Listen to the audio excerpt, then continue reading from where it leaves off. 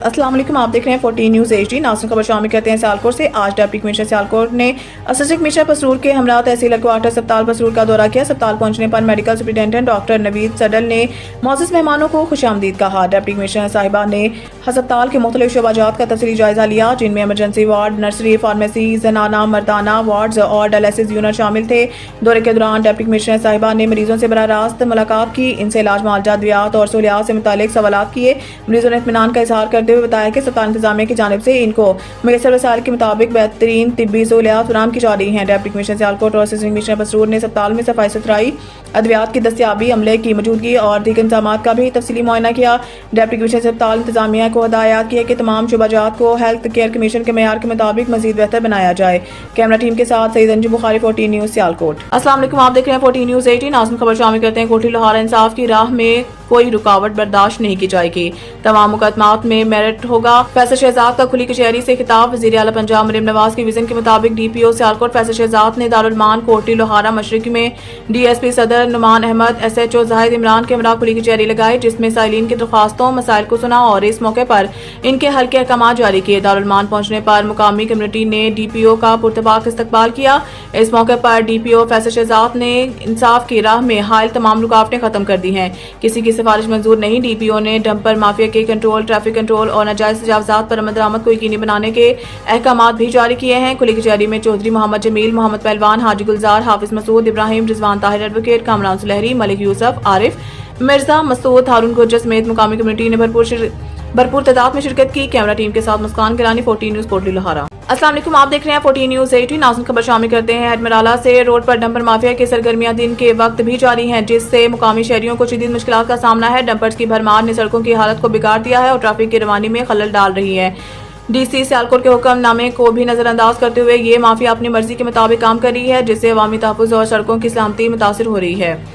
Headmarala dumper mafia कई जाने लेने के बाद भी पास ना आया। DC सियालकोट के हुक्मनामे को भी हवा में उड़ा दिया। इलाके की रिहायशियों का कहना है कि दिन के वक्त डंपर्स का चलना खतरनाक है, खासतौर पर बच्चों और बुजुर्गों के लिए।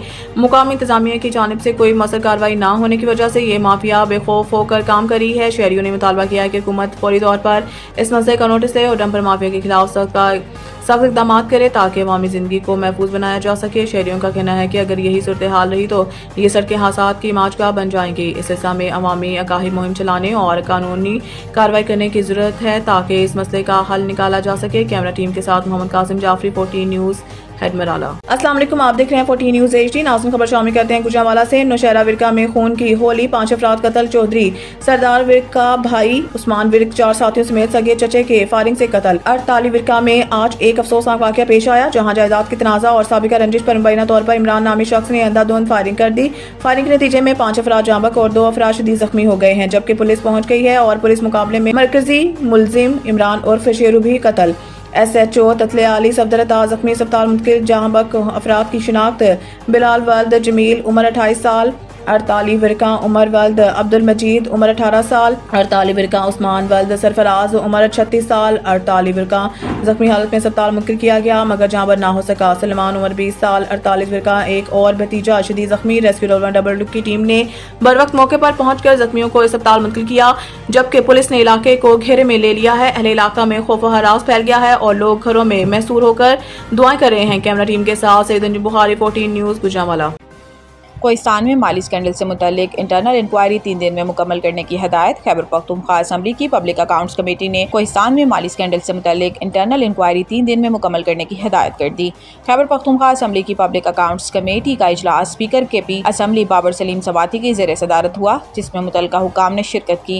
इजलास में कोहिस्तान में माली स्कैंडल से मुतल्लिक इंटरनल इंक्वायरी 3 दिन में मुकम्मल करने की हदायत करते हुए महकमा खजाना, CNW और अकाउंटेंट जनरल ऑफिस को अगले इजलास में रिपोर्ट पेश करने का कहा गया। इस मौके पर बाबर सलीम सवाती ने कहा कि स्कैंडल 36 अरब का नहीं 200 अरब रुपए का लग रहा है। तमाम मुतल्लिका महकमे बराबर की जिम्मेदार है, हर एक बदउनवानी में अपने हिस्से के लिए लड़ रहा है। जो लोग इसमें मुलविस हैं इन तमाम को मुअत्तल करें वरना लोग हम पर हंसेंगे। इन्होंने मजीद कहा कि अवाम को पता चलना चाहिए कि हमारे इदारे कितनी बदउनवानी कर रहे हैं। ये सिलसिला बंद करें और तमाम जिम्मेदारों को कानून के कटहरे में लाया जाए।